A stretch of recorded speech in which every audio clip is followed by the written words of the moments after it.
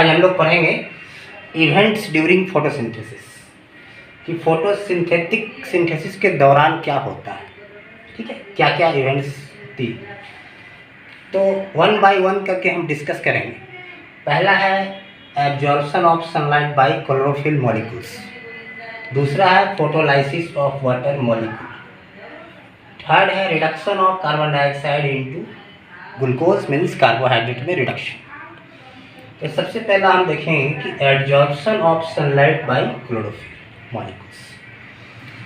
तो सबसे पहली बात आती है कि फर्स्ट स्टेप में ये जो क्लोरोफिल मॉलिक्यूल है जो हम डिस्कस किए थे, क्लोरोफिल मॉलिक्यूल। चलिए पहले हम आते हैं absorption of sunlight by chlorophyll molecules. ठीक है, तो सबसे पहला यह है कि हम बात करेंगे कि क्लोरोफिल सबसे पहले है ये मॉलिक्यूल कहाँ पे पाया जाता है। ठीक है, क्लोरोफिल मॉलिक्यूल्स कहाँ पे पाया जाता है और इसका काम क्या है। तो आपको हम बता देते हैं कि क्लोरोफिल जो मॉलिक्यूल्स हैं, क्लोरोफिल्स जो मॉलिक्यूल्स होते हैं, ये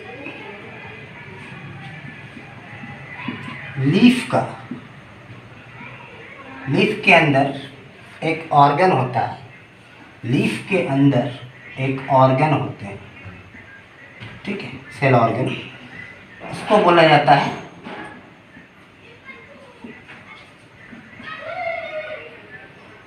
क्लोरोप्लास्ट। लीफ के अंदर एक सेल ऑर्गन होता है, उसको बोलते हैं क्लोरोप्लास्ट। सपोज हम कोई क्लोरोप्लास्ट, सपोज इस टाइप से क्लोरोप्लास्ट है और इसके अंदर जो होता है क्लोरोफिल मॉलिक्यूल्स होते हैं।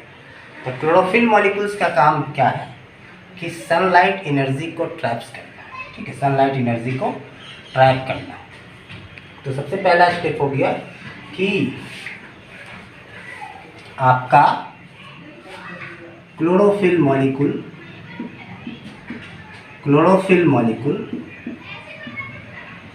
विच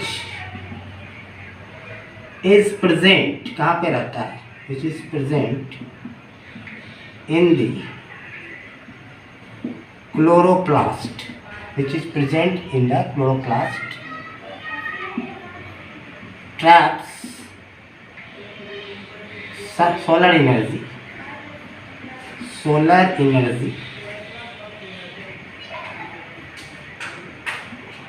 and convert this solar energy into chemical energy। तो ये पता चल गया कि क्लोरोफिल मॉलिक्यूल, क्लोरोफिल क्या है, एक ग्रीन कलरिंग पिगमेंट होता है प्लांट में। ग्रीन कलर क्लोरोफिल का इसलिए होता है कि आपका ये ग्रीन कलर को रिफ्लेक्ट करता है। जो विजिबल लाइट में हमारे वेबजियोर में जो कलर है, ठीक है, वो ग्रीन कलर को रिफ्लेक्ट करता है। इस कारण आपका क्या है, ये ग्रीन कलरिंग पिगमेंट इसका नाम दिया गया है। और इसके फार्मूला तो हम मॉलिक्यूलर फार्मूला जो लिखाए थे C55H72 N4O5 और ये Mg है, इसमें मैग्नीशियम मेटल्स पाए जाते हैं। ठीक है, क्लोरोफिल का ये काम हो गया, पहला वर्क हुआ क्लोरोफिल का ड्यूरिंग फोटोसिंथेसिस। और यही केमिकल एनर्जी के यूटिलाइजेशन से जो केमिकल एनर्जी बना, इसी के यूटिलाइजेशन से बाकी दो इवेंट्स होंगे। बाकी दो इवेंट्स क्या है, फोटोलाइसिस ऑफ वाटर भी है और आपका reduction of carbon dioxide into glucose molecules, ये भी होने वाला है। ठीक है, तो ये तो हो गया कि पहला function absorption of sunlight. Chlorophyll actually है, क्लोरोफिल हम लोग जनरली जो होता है एक प्रकार का क्लोरोफिल पढ़ते हैं। इसके अलावा भी क्लोरोफिल जो पिगमेंट्स हैं वो आपका क्लोरोफिल ए भी होता है, बी भी होता है, जिसको हम लोग एसेसरी पिगमेंट, हेल्पिंग पिगमेंट भी बोलते हैं। इसके अलावा भी पिगमेंट होते हैं, ज़ैंथोफिल होता है, कैरोटेनॉइड होता है, लेकिन अभी फ़िलहाल आप क्लोरोफिल याद रखो, क्लोरोफिल ए है।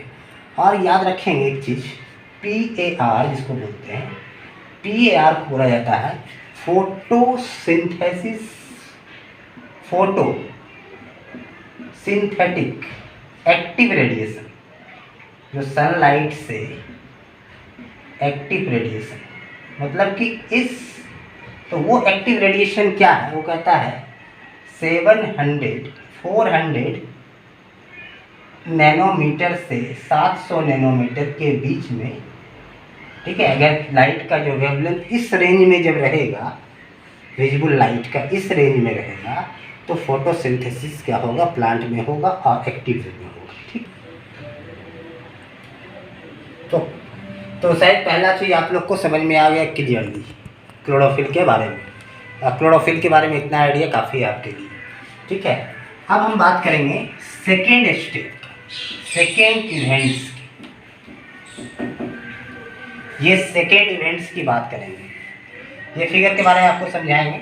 ये गार्ड सेल का फिगर है, स्टोमेटा क्लोज है, ओपन कब होता है, ठीक है, ड्यूरिंग फोटोसिंथेसिस, वो बात में पढ़ाएंगे आपको।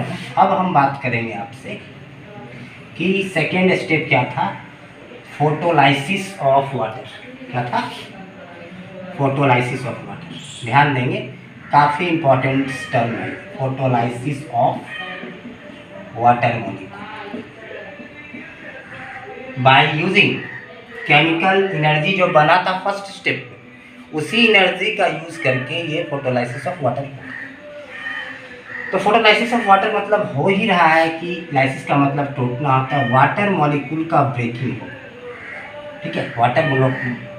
वाटर मॉलिक्यूल किस फैशन में टूटता है, देखिए एक क्वेश्चन, देखिए किस तरह से तोड़ना है। ऑक्सीजन यहाँ पे 1 है, हाइड्रोजन 2 है, तो आप 2H+ लिख लेना, 2 हाइड्रोजन होंगे।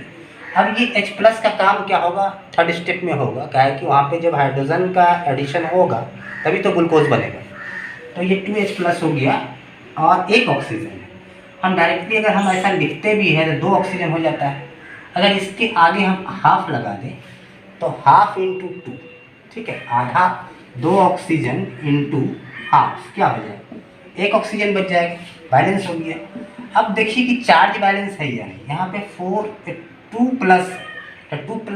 प्लस को बैलेंस करने के लिए ऑलवेज कौन आएगा, माइनस, और माइनस किसके पास होता है, इलेक्ट्रॉन के पास होता है। तो ये इलेक्ट्रॉन, 2 इलेक्ट्रॉन इसको बैलेंस कर देगा।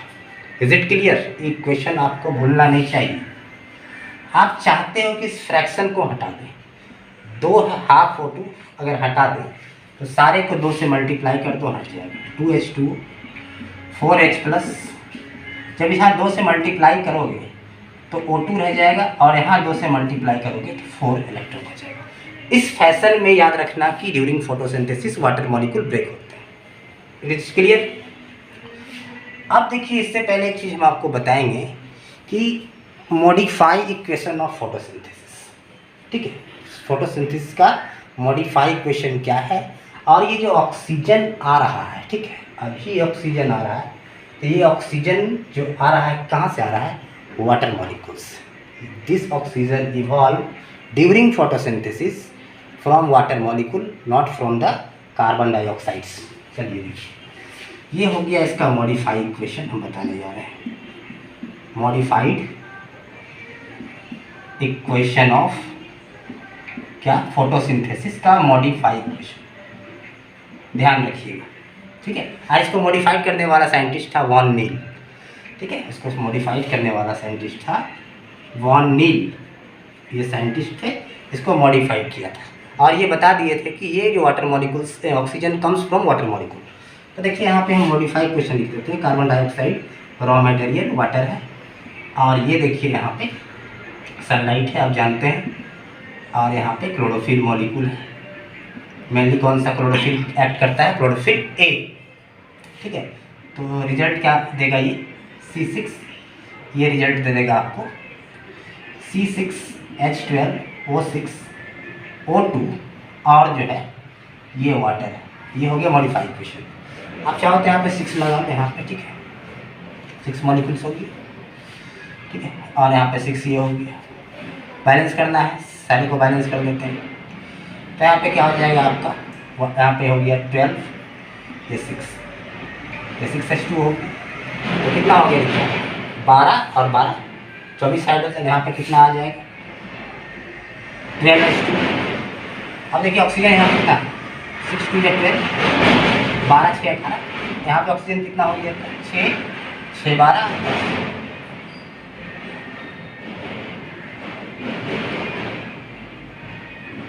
ठीक है 6 2 12 और 12 24 और यहाँ पे 24। ये हो गया मॉडिफाई इक्वेशन ऑफ CO2 का, ये मॉडिफाई इक्वेशन है, ठीक है। अब देखिए कि अगर हम पहले वाला इक्वेशन लिखते थे तो तब क्या होता है, हम पहले का इक्वेशन लिख के दिखाते हैं, अनमॉडिफाइड इक्वेशन, उसको भी लिखते हैं C6H12O6 और ये O2। ध्यान दीजिएगा, बहुत ही इंपॉर्टेंट टॉपिक है। तो यहाँ पे देखिए 6 यहाँ लगा दिए, ठीक है। आप यहाँ पे 6 तो लगा चुके थे, यहाँ भी क्या लगा दिए 3O2। ऑक्सीजन देखिए यहाँ पे कितना है 12 6 18 18 ऑक्सीजन है, यहाँ पे आपका ऑक्सीजन कितना है 6 और 6, ठीक है, ठीक है। ये हो गया पहले वाला इक्वेशन। अब देखिए सब बैलेंस है कि 6 कार्बन यहाँ भी 6 कार्बन यहाँ, 12 हाइड्रोजन, ऑक्सीजन देखिए 6 2 12 और 6 18, यहाँ पे देखिए 6 2 12 6 18 है।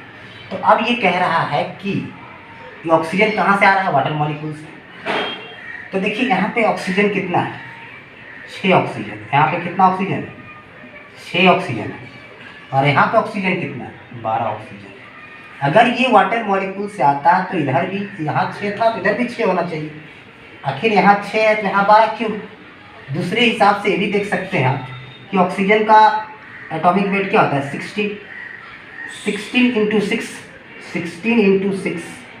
क्या हो गया 96 ग्राम। इधर ऑक्सीजन यूज हो रहा है तो उधर भी तो 96 ग्राम मान लीजिए कि यहाँ पे ऑक्सीजन है, तो वहाँ भी कितना आना चाहिए।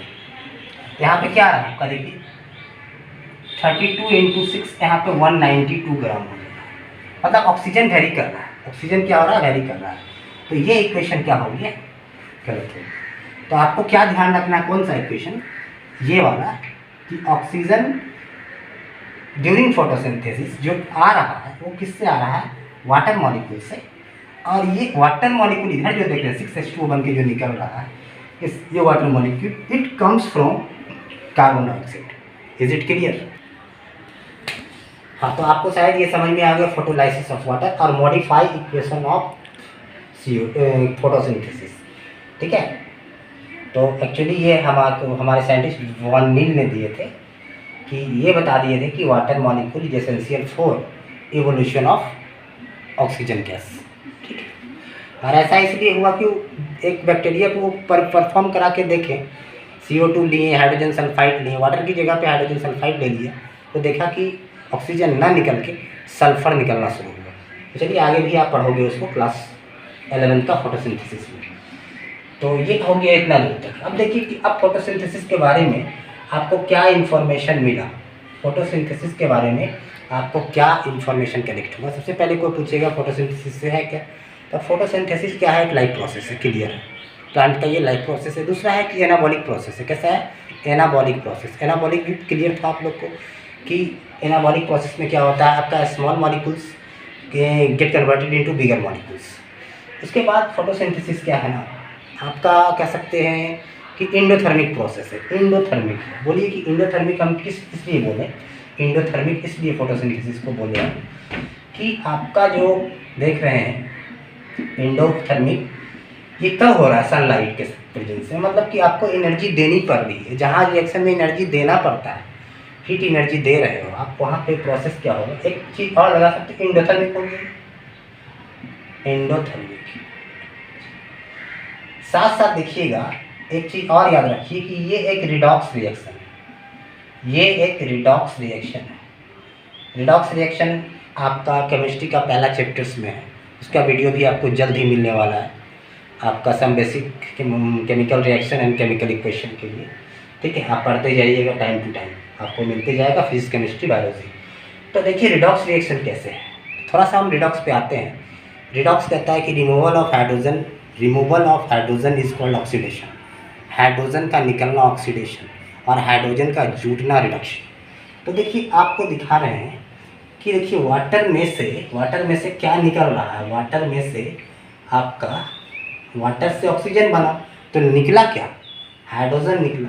तो हाइड्रोजन के निकलने के प्रोसेस को क्या कहते हैं, कोई प्रॉब्लम, ऑक्सीडेशन। आप ये देखो कि कार्बन डाइऑक्साइड में क्या ऐड हो रहा है, हाइड्रोजन का एडिशन हो रहा है। मतलब कार्बन डाइऑक्साइड में आप देख रहे हो कि हाइड्रोजन का एडिशन हो रहा है। तो जब हाइड्रोजन जहाँ पे ऐड होता है उसको क्या कहते हैं, रिडक्शन। यहाँ पे हाइड्रोजन ऐड होगा रिडक्शन, जहाँ पे हाइड्रोजन रिमूवल होगा ऑक्सीडेशन। इसके मतलब ओवरऑल रिएक्शन ये क्या होगा, रिडॉक्स। मतलब एनाबॉलिक भी है, रिडॉक्स भी है, इंडोथर्मिक भी है। फोटोसिंथेसिस क्या है, एक लाइफ प्रोसेस ऑफ प्लांट है। चलिए अब लास्ट में हम आते हैं, उसके बाद अपनी वीडियो को आज यहीं पे रखेंगे। नेक्स्ट हम लेके आएंगे गार्ड सेल, स्टोमेटा कैसे क्लोज होता है, कैसे ओपन होता है, what is the function of guard cell, what is the function of stomata, ये हम लेके आने वाले हैं आपके लिए।